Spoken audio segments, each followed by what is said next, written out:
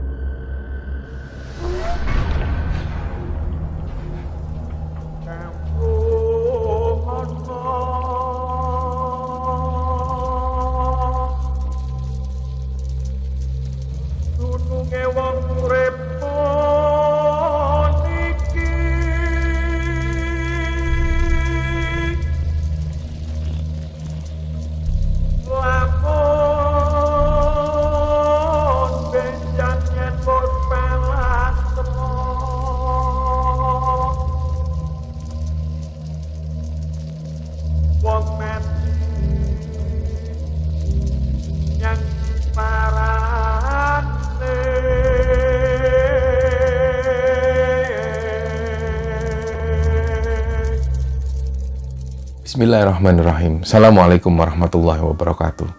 Sobat Kembara Sunyi dimanapun berada, pada kesempatan kali ini kami akan bercerita tentang sebuah kisah kiriman yang dikirim oleh Sobat Kembara yang bernama Ali. Sebelum kita masuk ke ceritanya, untuk teman-teman yang nonton tayangan ini dan belum subscribe, jangan lupa untuk subscribe lebih dulu agar channel ini lebih berkembang lagi dan kami lebih bersemangat lagi dalam membuat konten-konten terbaru di Kembara Sunyi. Dan untuk teman-teman yang telah mendukung kami sejauh ini, kami ucapkan terima kasih banyak. Semoga amal kebaikan teman-teman dibalas kebaikan berlipat oleh Allah Subhanahu wa Ta'ala.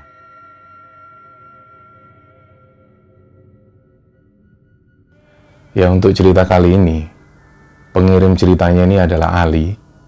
Ali ini asalnya dari Pacitan, Jawa Timur. Dan dia cerita bahwa di tahun 2021 itu, di sekitaran bulan Juni, Ali ini melakukan pendakian dengan satu orang temannya menuju ke Gunung Lawu via Candi Ceto. Jadi sebenarnya Ali sendiri ini sudah sering naik ke Gunung Lawu. Bisa dikatakan waktu itu dia naik ke Gunung Lawu sekitar 4 kali. Tapi untuk temannya ini yang namanya Rima ini bukan cewek tapi cowok. Rima ini sama sekali belum pernah naik gunung. Tapi karena Ali yang ngajak dan Ali sudah sering kali naik ke Gunung Lawu, jadi Rima menyetujui ajakan dari Ali itu. Mereka pun berangkat. Setelah mempersiapkan segala sesuatu dan dirasa semuanya sudah lengkap, barulah mereka berangkat naik motor dari Pacitan sekitar jam 8:30 malam. Berangkatlah mereka dengan senang hati dan melewati perjalanan. Dan selama perjalanan itu belum ada kejadian apapun dan gak ada satu keganjilan yang aneh yang dirasa oleh mereka. Nah, begitu memasuki kawasan Candi Ceto di sekitar daerah Karanganyar, waktu menunjukkan jam 1 dini hari. Nah, kita tahu bahwa di daerah sana ini sangat dingin sekali cuacanya dan suhunya sangat minus sekali.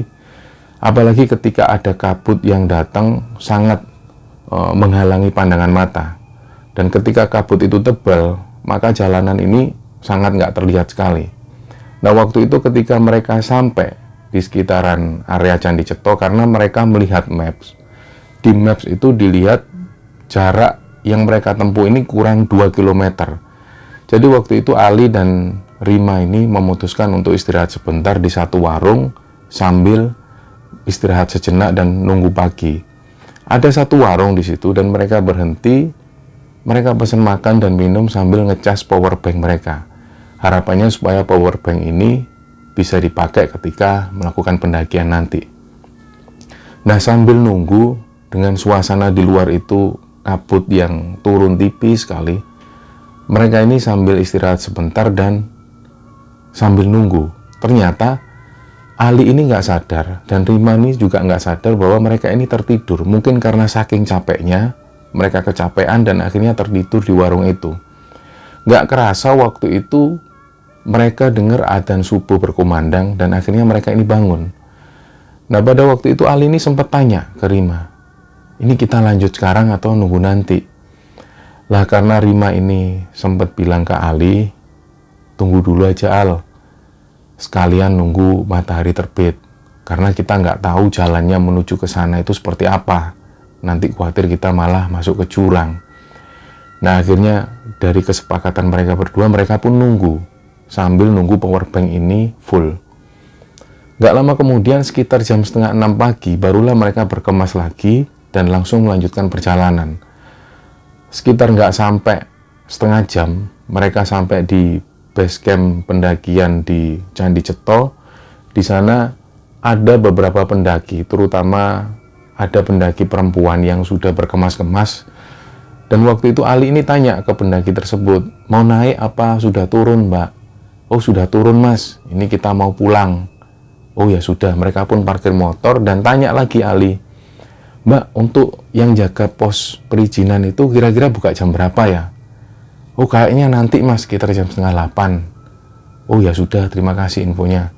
Nah, berbekal info dari para pendaki itu, Ali dan Rima ini langsung menuju ke pos perizinan. Ternyata di sana masih belum ada orang dan mereka pun terpaksa harus nunggu.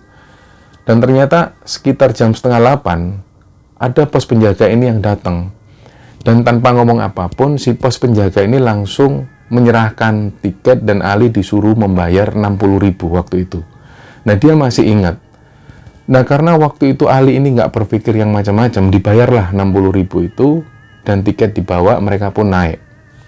Nah, sebelum mereka naik itu mereka berdoa sebentar, akhirnya mereka pun melanjutkan perjalanan. Jadi mereka berdua jalan dan memasuki area Candi Ketek di sebelah kanan. Mereka ngelihat, karena mereka senang sekali bisa melihat Candi Ketek. Selama ini Ali sendiri naik ke Gunung Lawu itu nggak pernah lewat Candi Ceto, tapi di Cemoro Kandang dan juga di Cemoro Sewu. Jadi begitu pertama kali melihat Candi Ketek itu, Ali ini senang. Dan tentu Rima waktu itu pertama kali melihat Candi Ketek itu. Nah, lanjutlah mereka jalan. Di sekitar perjalanan itu, selama berjalan menuju ke pos 2, mereka ini sering ketemu pendaki yang turun. Umumnya mereka semua turun dan nggak ada satu pendaki pun yang naik. Nah, singkat cerita, sekitar jam 11 siang mereka sampai di pos 2. Ternyata sebelum sampai di pos 2 ini hujan ini sudah mulai turun. Jadi mereka langsung masuk ke shelter di pos 2 itu dan di sana sudah ada 2 orang pendaki, laki-laki semua. Ngobrol lah mereka sambil nunggu hujan, mereka ngobrol. Ternyata 2 orang pendaki ini asalnya dari Tangerang. Setelah ngobrol-ngobrol panjang, di situ si Rima ini langsung ambil matras dan matras ini digelar. Dan waktu itu Rima ini langsung selonjoran badan dan tidur. Nah, karena Ali ini berpikir Rima ini baru pertama naik gunung, jadi dibiarkan Rima istirahat di sana dan Ali pun ngobrol dengan 2 orang pendaki dari Tangerang itu. Nah, selama mereka ngobrol, Ali ini tanya, Mas, kondisi di pos 3 di atas itu gimana? Karena rencana kami mau ngecamp di sana. Nah, 2 orang pendaki ini bilang, salah satunya namanya David. Si David ini bilang, pos 3 itu full, Mas. Nggak ada tempat sama sekali. Kalaupun ada, itu agak miring. Jadi tanahnya agak miring. Lebih baik naik lagi aja. Di atas shelter pos 4 itu ada tanah yang nggak seberapa besar. Cukup untuk 2 tenda. Jadi lebih baik Masnya di sana aja. Oh ya sudah Mas. Akhirnya ngobrol lah lagi mereka. Sampai sekitar jam 1 siang, hujan ini belum juga reda. Sementara Ali itu ngelihat si Rima ini masih tidur. Nah, selesai itu mereka ngobrol, nggak lama kemudian sekitar jam 1:30 siang, barulah hujan ini mulai reda dan 2 orang pendaki dari Tangerang ini pun pamit. Nah, sebelum pamit, si David itu menyerahkan roti ke Ali. Mas, ini ada roti, sampein bawa. Siapa tahu bisa buat bekal. Nah, roti ini masih terbungkus rapi, belum dibuka sama sekali, dan jumlahnya ada 3. Sekali lagi waktu itu Ali nggak banyak tanya, dia cuman bawa dan ditanyalah ke pendaki ini, "Mas, kira-kira kalau ngecamp di pos 4 atau di shelter itu bisa nggak ya? Apakah cukup besar nggak?" Nah, waktu itu 2 orang pendaki ini sempat bilang ke Ali, "Kalau bisa nggak usah lah Mas ke pos 4, lebih baik naik dikit aja, ada tanah datar di sana. Kan kasihan yang cewek." Nah, pas waktu si David ini ngomong seperti itu, ya Ali ini langsung kaget, maksudnya kasihan yang cewek. Lah, si David ini bilang lagi, "Iya Mas, kasihan kan sampean bawa temen cewek. Nah, lebih baik naik lagi di atas pos 4, di situ ada tempat yang lumayan datar lah. Kalau di pos 3 sudah nggak memungkinkan." Nah, akhirnya Ali pun, "Oh ya sudah Mas, makasih," bilang seperti itu, dan 2 orang pendaki ini pun turun. Ali ini ngelihat lagi, roti ini jumlahnya ada 3. Padahal Ali ini cuman berdua sama Rima. Nah, keanehan kedua, kenapa kok 2 orang pendaki ini bilang bahwa mereka ini kasihan sama Ali karena dia bawa anggota pendaki perempuan. Padahal selama mendaki dari bawah sampai ke pos 2, itu Ali cuman berdua bersama Rima. Nah, nggak lama kemudian Rima ini pun bangun, dan Ali ini iseng-iseng ngecek tiket. Begitu tiket ini dibuka, ternyata tiket ini jumlahnya ada 3. Nah, waktu itu karena Ali belum ngecek dari awal, Ali ini sempat bertanya-tanya, ini kenapa kok banyak sekali keanehan. Dari awal ketika Ali ini beli tiket, si petugas tiket ini ngasih 3 tiket, padahal dia cuma 2 orang. Dan yang kedua, ketika ketemu pendaki dari Tangerang itu, salah satu pendaki ini bilang ke Ali kalau rombongan mereka ini ada salah satu yang perempuan. Jadi seolah-olah si 2 orang pendaki itu ngelihat bahwa Ali ini bersama perempuan.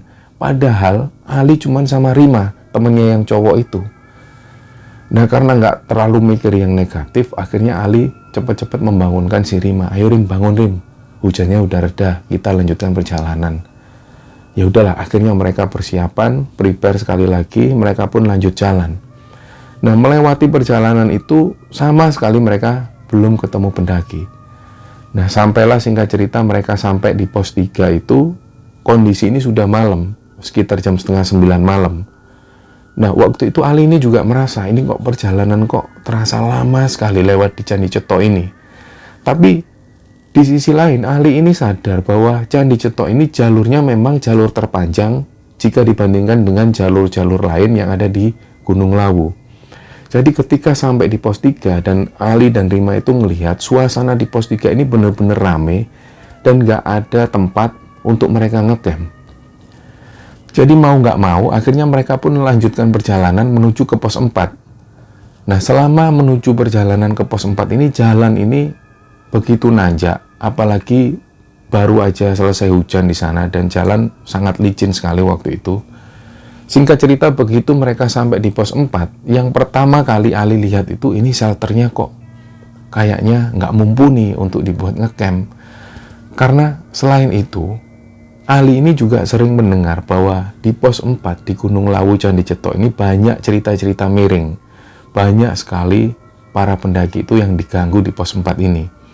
Tapi karena waktu itu Ali ini mempertimbangkan adanya temannya ini, jadi Ali ini agak kasihan juga dengan temannya dan dia pun langsung ngajak temannya masuk ke shelter, dinyalakanlah itu lampu-lampu dan headlamp, dan mereka menggelar matras seadanya. Nah, ketika Ali ini mempersiapkan, ternyata si Rima ini sudah nggak ada. Nah, Ali ini sempat berpikir, oh mungkin dia cari tempat buat kencing. Dibiarkanlah waktu itu. Ternyata nggak lama setelah itu, ketika Ali ini beres-beres, Ali ini dengar bahwa Rima itu minta tolong. "Li, tolong Li, Li, tolong Li." Lah, Ali pun langsung panik, dia keluar bawa senter dan agak turun ke bawah karena jalan dari pos 4 ini ada jalanan yang turun ke bawah yang sangat curam sekali dan licin.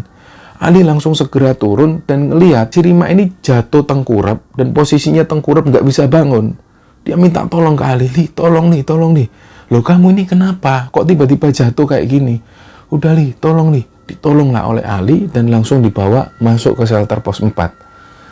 Begitu sampai di shelter pos 4, Ali ini langsung tanya, kamu ini tadi dari mana? Kok nggak ngomong, nggak ngapa-ngapain, langsung tiba-tiba ngilang. Terus kok tiba-tiba langsung minta tolong. Dari situlah Rima ini cerita bahwa waktu itu, ketika Ali beres-beres, Rima ini pengen buang air kecil. Dia carilah tempat yang sekiranya bisa untuk buang air kecil. Ada jalan turunan ke bawah dan dia turun. Begitu Rima ini buang air kecil dan Rima mau memutuskan naik, karena jalan ini agak naik, otomatis Rima ini ngelihat ke arah atas, ke arah jalan itu. Nah, begitu Rima lihat ke arah atas, dia ini ngelihat pocong berdiri persis di depan dia. Nah, makanya waktu itu Rima ini benar-benar takut dan dia kaget. Begitu dia kaget, jatuhlah Rima itu. Begitu Rima ini jatuh, pocong ini masih ada di situ dan berdiri ngelihat ke arah Rima. Dan gak lama kemudian pocong ini kayak melayang terus menghilang ke arah rimbunan pohon. Nah, setelah itulah Rima ini baru bisa teriak-teriak namanya Ali. Karena selama dia ngelihat sosok pocong itu, Rima ini gak bisa ngomong sama sekali. Seolah-olah dia ini kaku dan gak bisa mengeluarkan satu kata pun.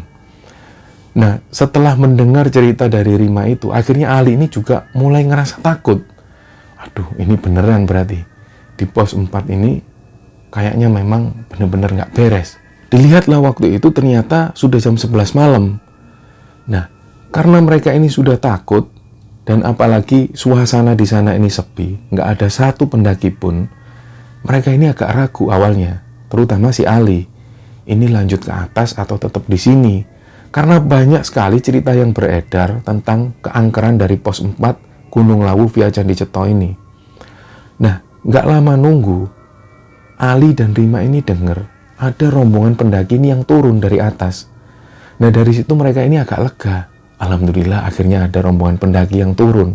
Ditunggulah, minimal buat temen ngobrol sebentar. Meskipun mereka nggak stay di sana, awalnya mereka mengira nggak apa-apa lah buat temen ngobrol.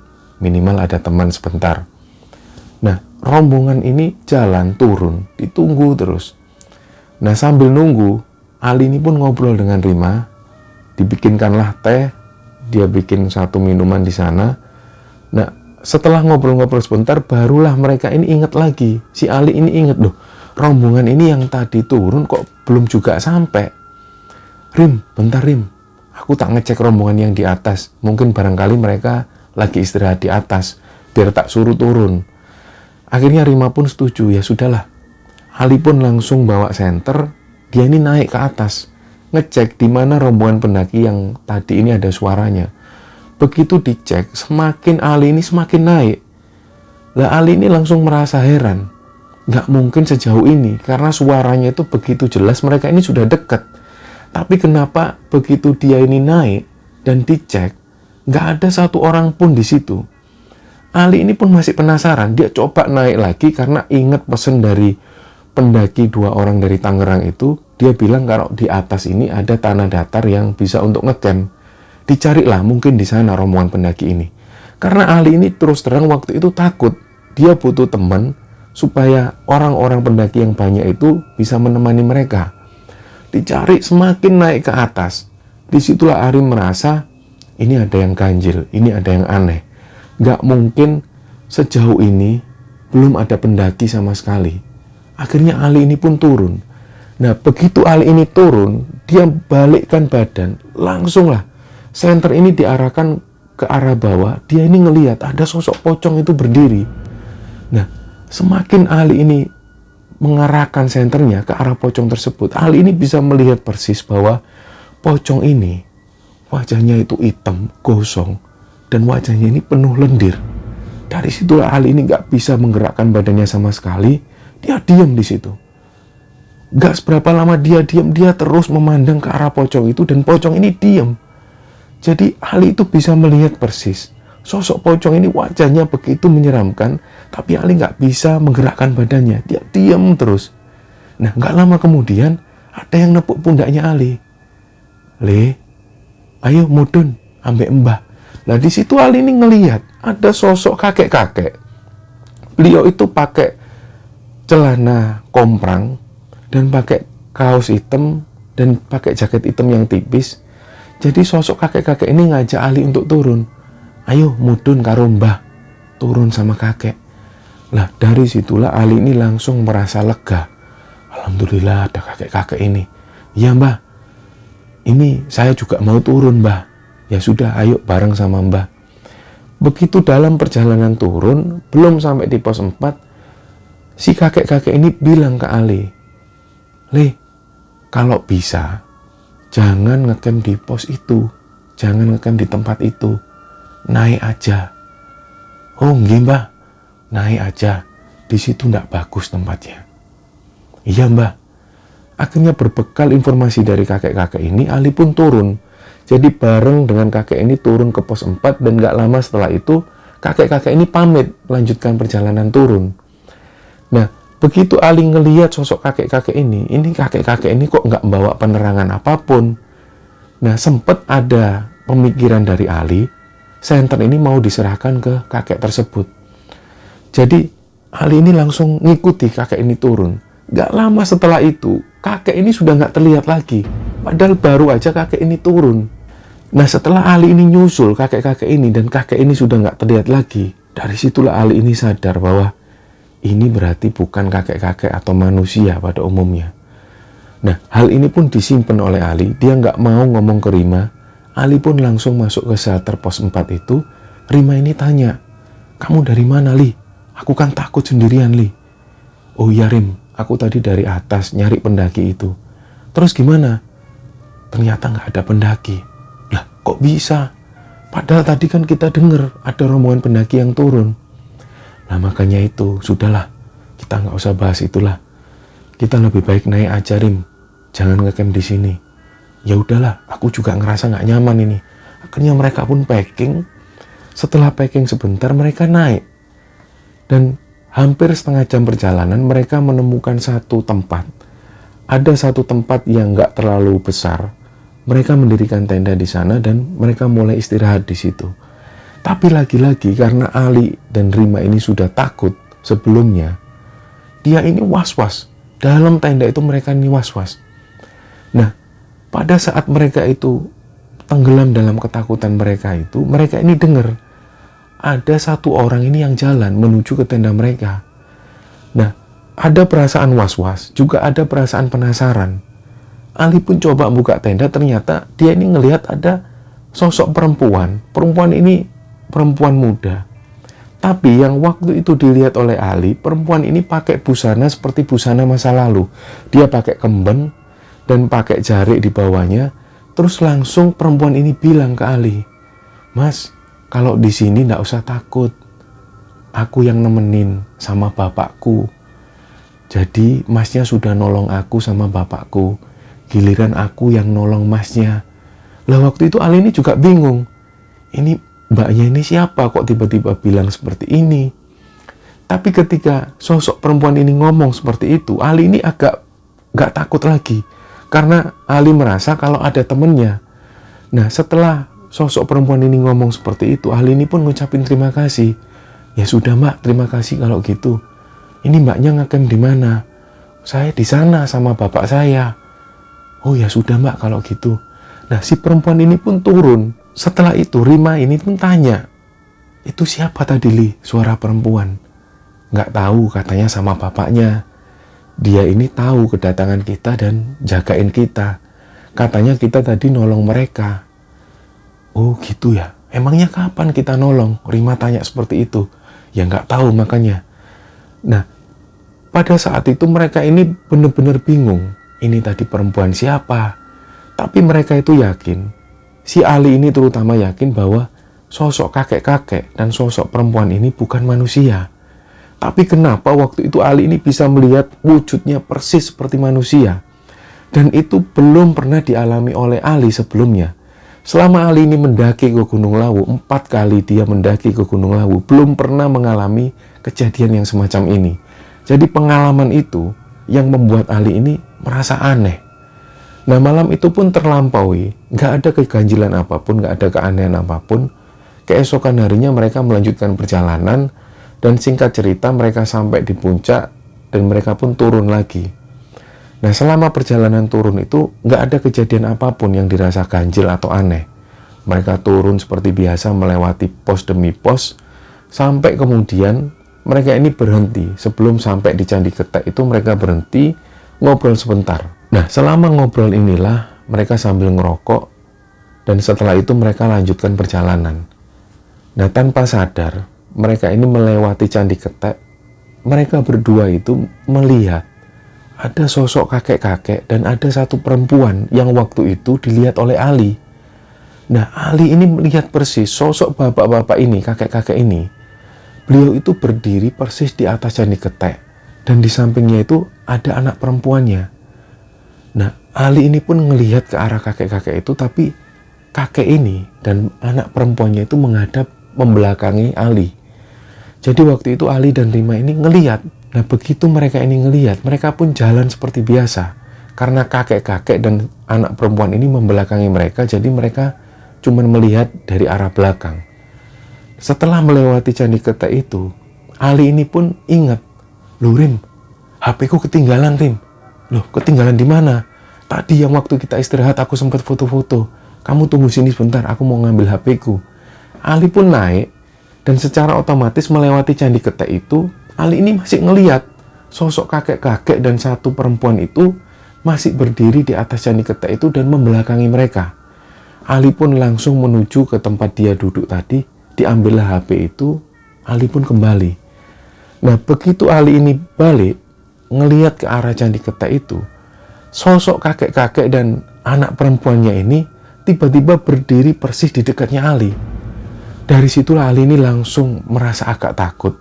Tapi karena sosok kakek dan anak perempuannya ini begitu baik, Ali ini sempat mengucapkan terima kasih dalam batinnya itu.